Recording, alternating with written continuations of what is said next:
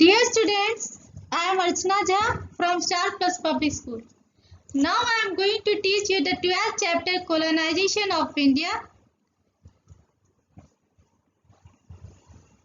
Today's topic is the conquest of Bengal. Firstly, we know about the relation between the Mughal dynasty and Bengal. सबसे पहले हम Mughal dynasty और बंगाल के बीच के relation के बारे में जानेंगे। सबसे पहले औरंगजेब ने मुर्शीद कुली खान को 1700 ईस्वी में बंगाल का दीवान नियुक्त किया था। ठीक है, और उसके बाद at that time the capital of West Bengal was Dhaka. Murshid Quli Khan transferred the capital of Bengal from Dhaka to Murshidabad in 1704 C. इसके बाद जो है मुर्शीद कुली खान जो है उस समय वेस्ट बंगाल की कैपिटल जो राजधानी ढाका थी, लेकिन 1704 ईस्वी में उन्होंने ढाका से मुर्शिदाबाद कैपिटल कर दिया। वेस्ट बंगाल की राजधानी मुर्शिदाबाद ट्रांसफर कर दिया। पहले जो थी वेस्ट बंगाल के जो प्रांत के जो पॉलिटिकल मैप थी उसमें बिहार, उड़ीसा, वेस्ट बंगाल, बांग्लादेश सभी इंक्लूड थे, इसीलिए इसे सबसे बड़ा प्रांत माना जाता था भारत का। Mughal dynasty after the death of Aurangzeb. Aurangzeb की मृत्यु के बाद बहुत सारे राजाओं ने मुगल साम्राज्य में शासन किए। सबसे पहले बहादुर शाह फर्स्ट, सेकंड जहांदार शाह और थर्ड फारूक शाह। 1713 से लेके 1719 थी।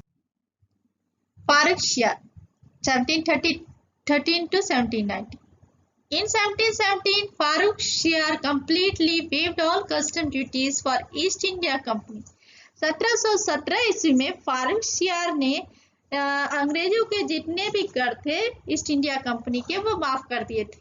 Farooq Shah meet Murshid Quli Khan as the first Nawab of Bengal. Farooq Shah जो थे जो थर्ड औरंगजेब के मृत्यु के बाद जो तीसरे राजा बने थे वहां के, वो मुर्शीद अली खान जो औरंगजेब ने जिन्हें नवाब नियुक्त किया था बंगाल का 1700 ईस्वी में, इन्होंने वहां का नवाब बना दिया 1717 ईस्वी में। After the death of Farooq Shah in 1719, Bengal became independent state. 1719 ईस्वी में फारूक शाह के मृत्यु के बाद अब बंगाल जो है एक इंडिपेंडेंट राज्य बन गया। उससे पहले बंगाल जो है वो मुगल डायनेस्टी के अंदर आते थे। ठीक है, अब Sujauddin Mohammad Khan.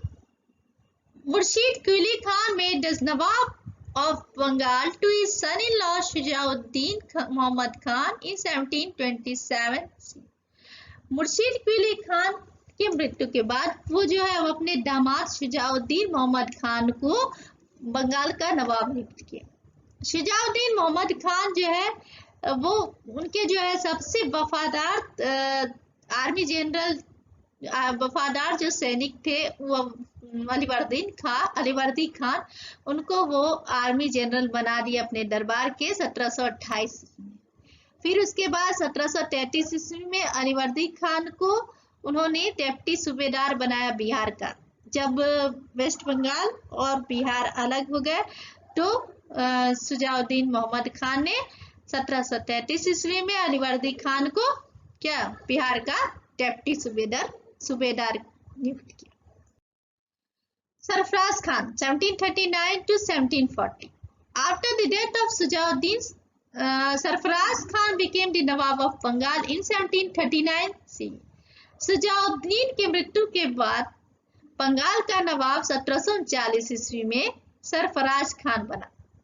Now Alivardi Khan not accepted the deputy सूबेदार ऑफ बिहार। लेकिन अब जो है अलीवर्दी खान को बिहार का डिप्टी सूबेदार बनना मंजूर नहीं था। After that in 1740 C Sarfaraz Khan was killed in the battle of Giria by Alivardi Khan. तो वो क्या किए, सरफराज खान को गिरिया के युद्ध में हराकर उन्हें मारकर खुद बंगाल का नवाब बने 1740 में। Now in 1740 to 56 Alivardi Khan became the Nawab of Bengal. इस तरह 1740 से लेके 56 ईस्वी तक 1756 तक अलीवर्दी खान नवाब बने रहे बंगाल के। अब आए सिराजुद्दौला। सिराजुद्दौला जो थे वो अलीवर्दी खान के पोता थे। In 1756, the grandson of Alivardi Khan, Sirajuddaulah, became the Nawab of Bengal. 1756 ईस्वी में अलीवर्दी खान जो अलीवर्दी खान के पौत्र थे सिराजुद्दौला, वो बंगाल के नवाब बने। अब ईस्ट इंडिया कंपनी जो है स्टार्टेड बिल्डिंग फोर्ट, अपना जो है वो किला बनाना स्टार्ट कर दिए। East India company was making a lot of money but was not paying any taxes. ये फारूक शियार के समय से ही जो है वो बहुत सारे ये पैसा जुटा रहे थे, लेकिन विदाउट पेइंग कर, विदाउट जो है टैक्स चुकाए बिना ये पैसा कमाए जा रहे थे, जो कि सिराजुद्दौला को अब खटकने लगा। Sirajuddaulah asked both French East India Company and East India Company to stop fortification pay taxes. अब सिराजुद्दौला दोनों कंपनियों को, फ्रेंच ईस्ट इंडिया कंपनी और ईस्ट इंडिया कंपनी दोनों को ये किलेबंदी को बंद करके और टैक्स पे करने का प्रपोजल किए। उसके बाद French East India Company accepted his proposal but East India Company refuse. इसके बाद क्या हुआ कि फ्रेंच ईस्ट इंडिया कंपनी जो है वो उनके प्रपोजल को स्वीकार कर लिया, लेकिन ईस्ट इंडिया कंपनी ने सीधा इनकार कर दिया। Black hole incident. Black hole incident क्या है बच्चों? तो उस समय किलेबंदी हो रही थी, उस समय जो फोर्ट विलियम कलकत्ता का बहुत मशहूर था, ठीक है।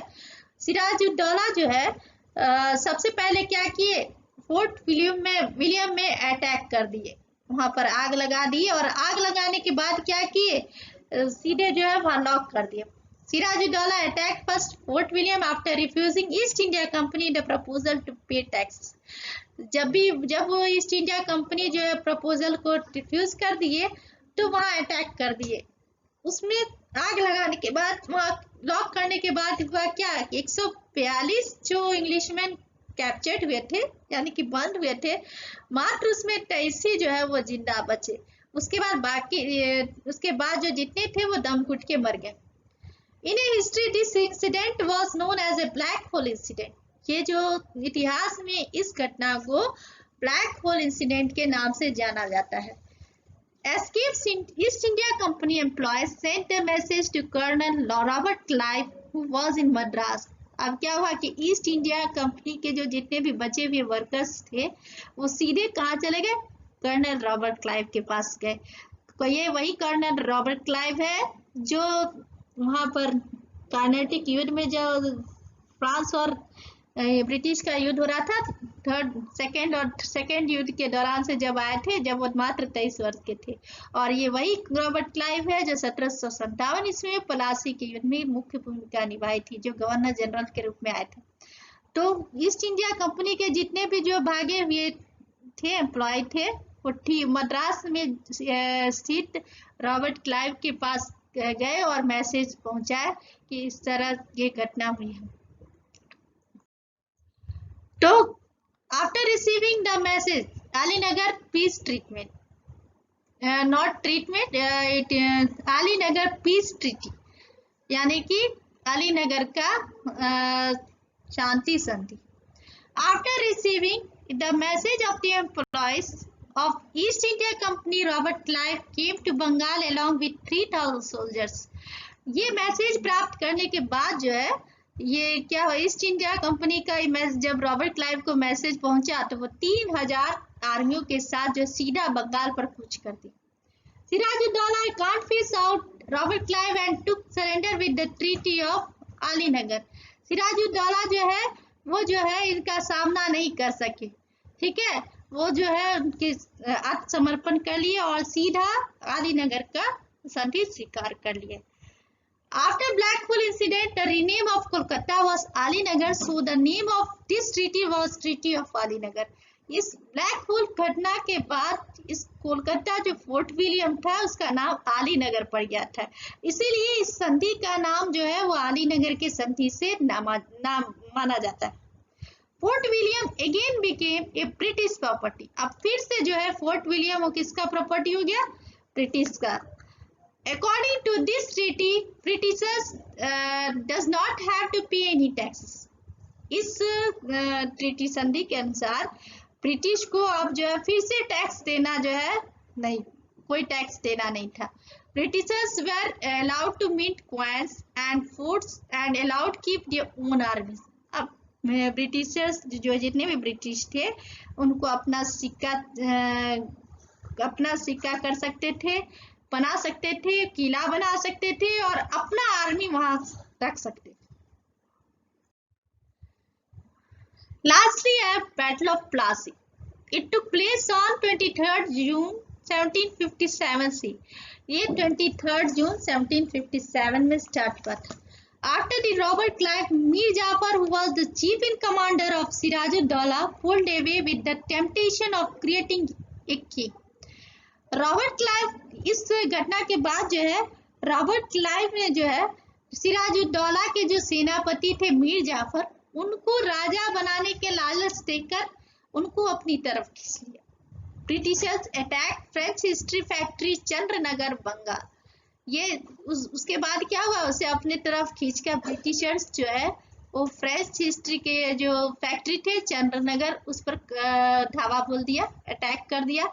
Forces of Sirajud-Dowla came with 50,000 strong forces, met with the only 3,000 soldiers of Robert Clive at Plassey on the bank of Bhagirathi River near Kolkata. Siraj-ud-Daulah के 50,000 स्ट्रॉन्ग फोर्सेस जो है वो रॉबर्ट क्लाइव के मात्र 3,000 सोल्जर्स जो प्लासी के भागीरथी नदी के किनारे कोलकाता में जो इस तरह युद्ध शुरू हुआ, मात्र 3,000 इनके सेना थे और उनके 50,000 सेना थे। इसके बावजूद इनकी हार हुई। क्यों? क्योंकि उनके जो सेनापति मीर जाफर थे वो उनके तरफ थे। With the help of Mir Jafar, Robert Clive won this war. उनके मीर जाफर की वजह से ये युद्ध जो है वो रॉबर्ट क्लाइव के हाथ आ गया और Mir Jafar became the Nawab of Bengal. Mir Jafar को बंगाल का नवाब बना दिया गया था। अब क्या हुआ कि Mir Jafar became the puppet of Robert Clive. अब रॉबर्ट क्लाइव का मीर जाफर क्या हो गया, एक कठपुतली जैसा हो गया। मीर जाफर को जहां चाहे जैसे नचाता था अपने इशारों पर। After the battle of Plassey, east India company transferred into A political power. इस बैटल ऑफ प्लासी के पश्चात ईस्ट इंडिया कंपनी जो है वो राजनीतिक शक्ति के रूप में जो है परिवर्तन हो गया Bharat. Now, if any mistake in this presentation, so ignore, dear students. That's all. I will come with new topic in next class. That's all. Thank you.